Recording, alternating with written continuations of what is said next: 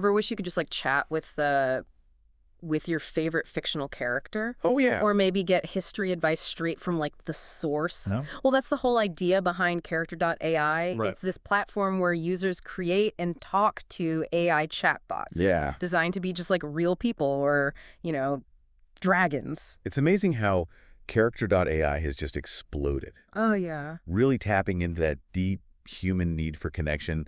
I think they have over 20 million users Wow. and something like 18 million unique chatbots. It's a lot.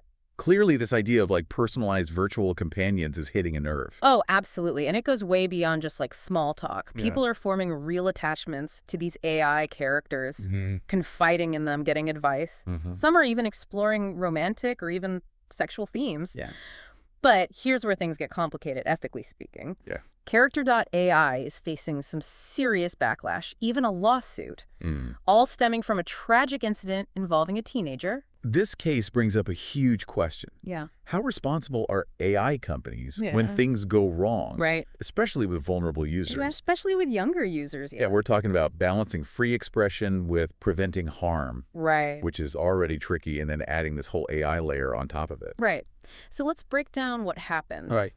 This 14-year-old Sewell Setzer III tragically took his own life. Wow. Earlier this year, and he was spending hours every day on Character.ai, mostly interacting with a chatbot based on Daenerys Targaryen from Game of Thrones. Oh. Now his family is suing both Character.ai and Google, their licensing partner, for wrongful death. This lawsuit is a big deal. Yeah. Because it's a direct challenge to the legal and ethical lines around AI companionship. Wow. The family argues that Character.ai, through its design and lack of safeguards, contributed to Sewell's emotional distress and ultimately his suicide. It's definitely put AI companionship and user safety under a microscope, Yeah. forcing everyone, not just the tech industry, to face some uncomfortable truths.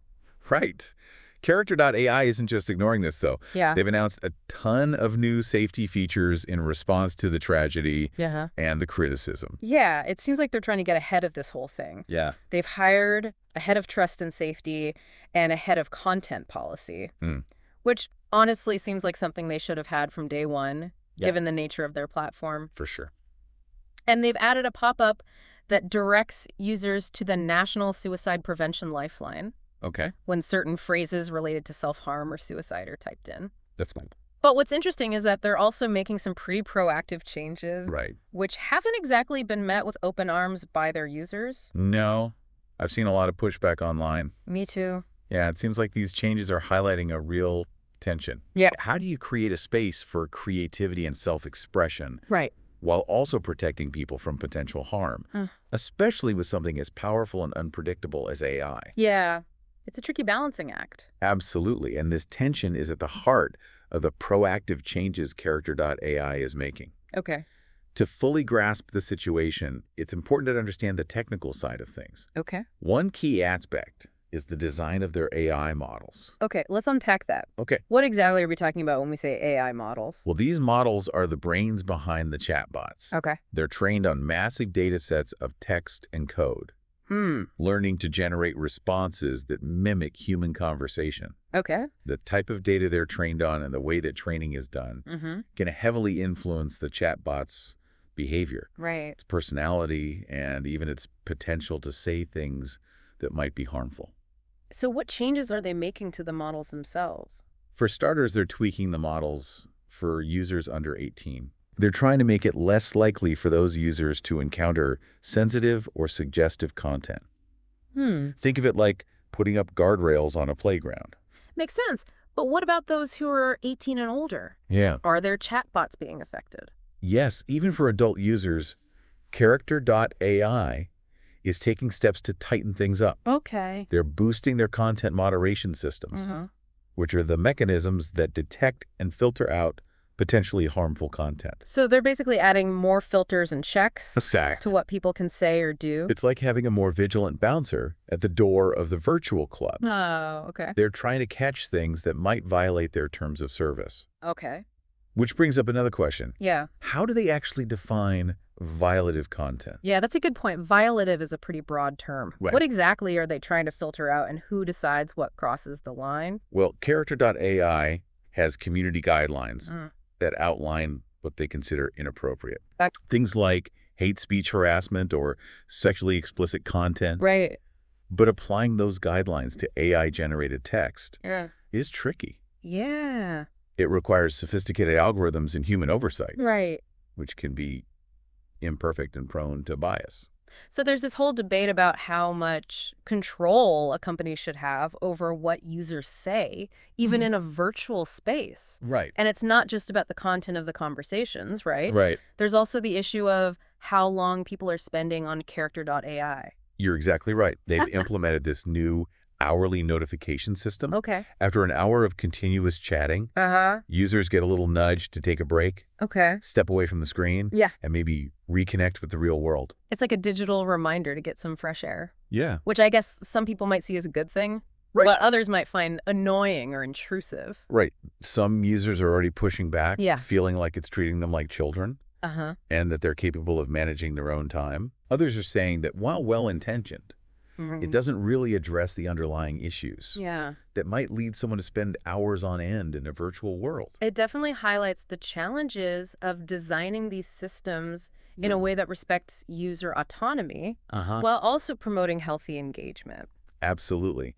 And it's a debate that goes far beyond Character.ai. Right. We're seeing similar discussions around screen time limits for kids, social media algorithms, all sorts of other technologies that are designed to keep us engaged, sometimes to the point of obsession. It's like we're all trying to figure out how to live in this increasingly digital world. Yeah. How to find that balance between connection and disconnection. And in the case of Character.ai, those lines are even blurrier. Right. Because you're talking about forming relationships with AI entities. Yeah. Not just passively consuming content. That brings a whole other layer of complexity to the conversation. And speaking of complexity, we haven't even touched on the most controversial change yet. Right. Character.ai deleting user-created characters and chat histories. Yeah, that's where things get really heated.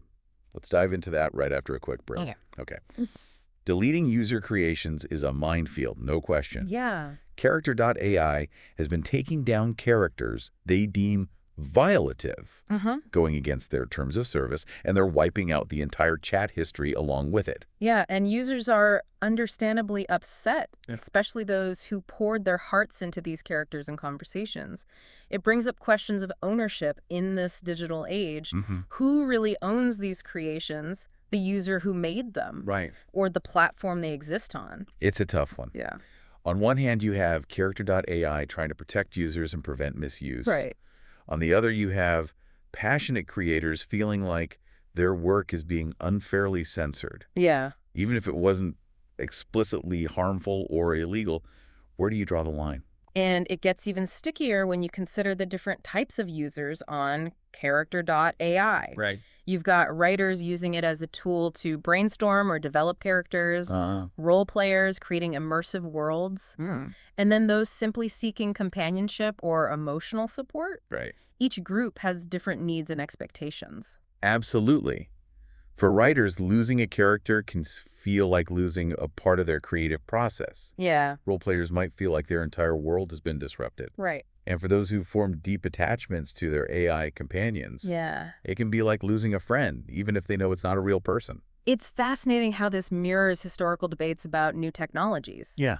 Think about the printing press. Okay. It democratized information, but also led to concerns about censorship and the spread of dangerous ideas.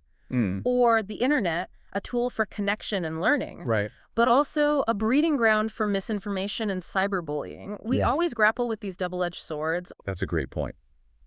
It seems like every technological leap forward brings a new set of ethical dilemmas. And with AI, things are moving so rapidly that it's hard to even establish those ethical frameworks before the next wave hits. Okay, so Character.ai is trying to navigate this minefield. Right. Trying to prevent harm while still allowing for creative expression. Right. But are they going about it the right way? What are some of the potential unintended consequences of these safety measures? We'll take content moderation, for example. Okay. If their algorithms are too aggressive, they could end up flagging harmless content, Right. stifling creativity and leading to false positives. Yeah. Imagine pouring your heart out to a chatbot only to have it shut down Oh, wow. because you used a trigger word that was taken out of context. Right. That could be incredibly frustrating and even damaging for some users. And restricting content for minors, while well-intentioned, could backfire as well. It might limit their ability to explore complex themes, experiment with different identities, Yeah. or even just have silly, harmless fun. It raises the question of whether we're doing young people a disservice by shielding them from difficult or potentially upsetting content. Are we preparing them for the complexities of the real world? Right. Or are we creating a generation that's overly sensitive and unprepared for the challenges of life? It's a delicate balance. Yeah. And then there's the whole issue of data privacy. Right. Character.ai collects information about users, their conversations, their preferences. How is that data being used? Right. Could it be shared or sold? Yeah. These are questions users are rightfully asking. Absolutely. The lack of transparency around data collection and usage is a major concern with any online platform. But even more so when you're dealing with something as personal and potentially revealing as conversations with AI companions. Yeah. It's like handing over your diary to a stranger and hoping they won't read it. And we can't ignore the potential for manipulation. Right. Could AI chatbots be used for malicious purposes? Could someone create a chatbot specifically designed to spread misinformation or exploit vulnerable users? It's definitely a possibility, and one that keeps security experts up at night. A bit. As AI becomes more sophisticated, Yeah. it becomes harder to distinguish between genuine interactions and those orchestrated by bad actors. Right. It's like the digital version of a wolf in sheep's clothing. So what's the solution? Yeah. Do we just abandon AI companionship altogether? Right. Or is there a way to navigate these ethical dilemmas to harness the potential benefits while mitigating the risks? It's not about throwing the baby out with the bathwater. Okay. AI companionship has the potential to offer real value, connection, creativity, even therapeutic benefits. Right. But we need to proceed with caution, transparency, and a commitment to ongoing dialogue. Okay. It's about finding ways to empower users, giving them more control over their data, and creating systems that are transparent and accountable. Some users have suggested the idea of a separate, less restricted platform for adults. Right. Is that a viable solution? Would it truly address the core issues, or would it just create new ones? It's an idea worth exploring, but it's not a silver bullet. Okay. You still have the potential for harm even among adults. Yeah. And it doesn't address the broader societal questions about AI, like its impact on human relationships Yeah. and the potential for job displacement as these technologies become more sophisticated. It seems like we're just scratching the surface of this ethical landscape. Yeah. What are some of the key principles or frameworks we should be considering as we move forward? Well, one framework that's often invoked is the ethics of care. Okay. It emphasizes empathy, responsibility, and the importance of considering the well-being of all involved. Another is the concept of human flourishing, Okay. which focuses on creating technologies that promote human growth and development rather than hindering them. It sounds like it's not just about preventing harm, but also about actively promoting good. Exactly. We need to think about how AI can be used to enhance our lives, to foster creativity, to connect us with others in meaningful ways. So it's about looking beyond the immediate crisis and considering the long-term implications of AI companionship on our society, our relationships, even our sense of self. And that requires a multi-pronged approach, Right. from responsible development practices to robust regulations to ongoing education and public discourse. Yeah. We all have a role to play in shaping the future of AI. This is heavy stuff. It is. I think we both need a moment to process all of this. Me too. Let's dive into the user backlash and what it all means for the future of AI companionship. Okay. Okay, so we've talked about the ethical tightrope Character.ai is walking and the potential pitfalls of their safety measures. But let's get real. The user backlash is intense. It is. It's not just about technical limitations. It's about people feeling like a part of their world has been taken away. It's like they're grieving. For some, these characters were creative outlets for others, role-playing companions, and for some, it sounds like They were genuine sources of comfort or even emotional support. Deleting those, even with good intentions, can feel like a huge violation.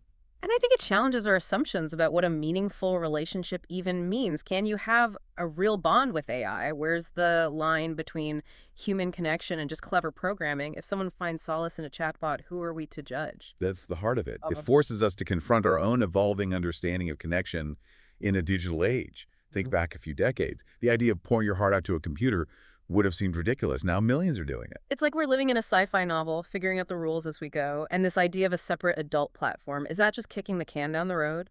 It's a Band-Aid solution at best. It might appease some users, but it doesn't solve the underlying issues. We still need to grapple with questions of data privacy, potential manipulation, the impact on real-world relationships. These challenges don't disappear just because someone's over 18. So where do we go from here? It feels like we're at this crossroads. AI is getting more powerful, more integrated into our lives. What can we as individuals even do to navigate this ethically? The first step is simply awareness. Educate yourself. Don't just accept these technologies at face value. Dig into how they work, what data they collect, who's profiting, and what the potential downsides are. Become a conscious consumer of AI, just like you would with anything else. And don't be afraid to have those uncomfortable conversations. Challenge your own assumptions. Talk to friends and family about where they draw the line with AI. The more we talk about this stuff openly, the better equipped we'll be to shape the future of it. Exactly. It's not just about individual choices either. We need to demand transparency and accountability from the companies developing these technologies, push for regulations that protect user privacy, and prevent misuse support research that explores the ethical and societal implications of AI. This character.ai situation is a wake-up call. It's showing us that the future is already here and it's messier than we imagined. But it's also a chance to shape that future, to have a say in how AI evolves and what role it plays in our lives. So as you interact with these technologies, and you inevitably will ask yourself, what boundaries do I want to set? What's okay, what's not okay? And what world do I want to help create for myself and for future generations? We've covered a lot of ground today. It's been a real deep dive into a complex and evolving topic, and the conversation doesn't end here. Keep exploring, keep questioning, and keep the dialogue going. Until next time.